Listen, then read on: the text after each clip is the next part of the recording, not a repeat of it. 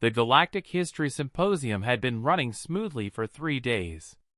Representatives from 47 species shared tales of their cultural development, peaceful agricultural revolutions, harmonious first contacts, and the gradual discovery of space travel through collective scientific progress.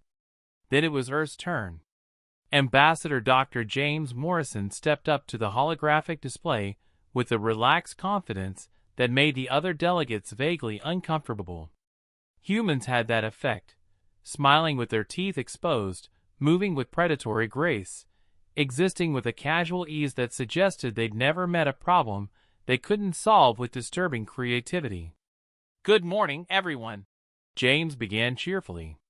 "Today I'll be presenting a brief overview of human military history." Cultural Liaison 7th of the Paxian Collective immediately raised a tentacle. "Excuse me, Ambassador. Did you say military history? As in, organized conflict?" "That's correct." A confused murmur rippled through the assembly. Most species had minimal historical records of violence. Perhaps a few territorial disputes in their pre-industrial era, quickly resolved through meditation or resource sharing. "How brief is this overview?" asked Scholar Thixala, her antennae twitching nervously. James glanced at his tablet. "I've condensed it to just the major conflicts. Should take about 4 hours. 4 hours?" Thixala's translator added a harmonic of disbelief. "For your entire history of conflict?" "Oh no," James laughed, that peculiar barking sound humans made when amused. "4 hours just covers the 20th century. I have a separate presentation for ancient warfare, medieval conflicts, and the colonial period. We'll need the whole week if you want comprehensive coverage." The room temperature seemed to drop several degrees. James activated the holographic display. A three-dimensional rendering of Earth materialized, rotating slowly. "Let's start with some context.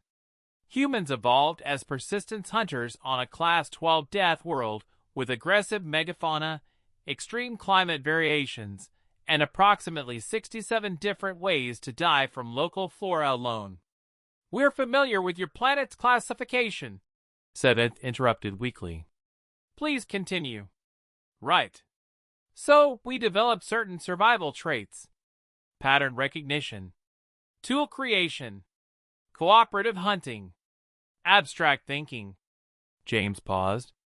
"And the ability to throw objects with lethal accuracy and high velocity." He brought up a new image, a primitive human wielding a sharpened stick. "The spear, invented roughly 400,000 years ago. Humanity's first ranged weapon. We looked at sharp rocks and thought, what if we could stab things from over there?" James pointed across the room. "Revolutionary concept." Historian Kelmoth made a choking sound. His species had only developed cutting tools 3,000 years ago, and they'd used them exclusively for food preparation. Fast forward through several 100,000 years of incremental improvements. James continued, his presentation now showing a bewildering array of weapons, swords, arrows, catapults, cannons. By our medieval period, we'd organized violence into complex social systems. Knights, samurai, professional standing armies. Entire economic structures built around conflict. "But why?"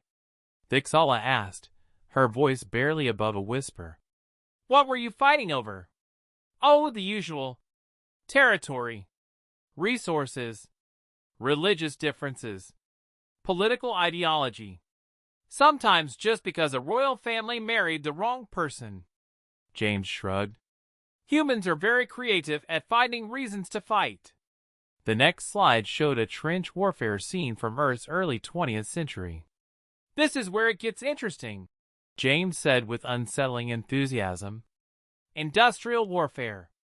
We applied mass production techniques to weapons manufacturing. Machine guns, artillery, tanks, chemical weapons, though we banned those after realizing they were too horrible even for us."